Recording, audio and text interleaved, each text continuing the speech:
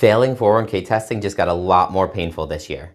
So if we look at how testing works, if you don't have a safe harbor provision on things, if your company doesn't have a safe harbor threshold on there, the highly compensated individuals can only save on average about 2% more than the average of all the non-highly compensated individuals. And there's a lot more complexity to it, but that's the basics of how it works.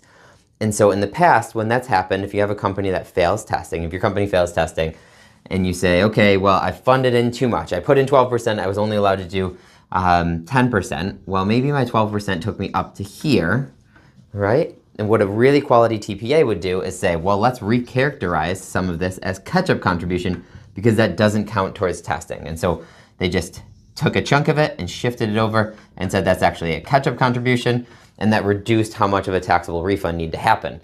That's great. That's a really quality strategy and a really good reason why you should have a quality third-party administrator to do this sort of stuff for you. An algorithm probably isn't going to pick up on that. The trouble is that in 2026, catch-up contributions now got turned into Roth only.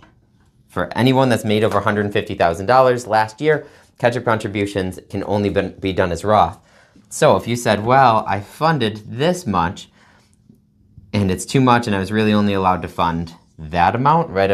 I put in 25,000. I was really only able to put in 20,000. This recharacterization doesn't work anymore, right? The recharacterization now would have had to have been Roth dollars, and that is not the same thing. So I suspect that we'll see a lot of taxable refunds in this process, even for people who maybe last year they failed testing, but were able to recharacterize things.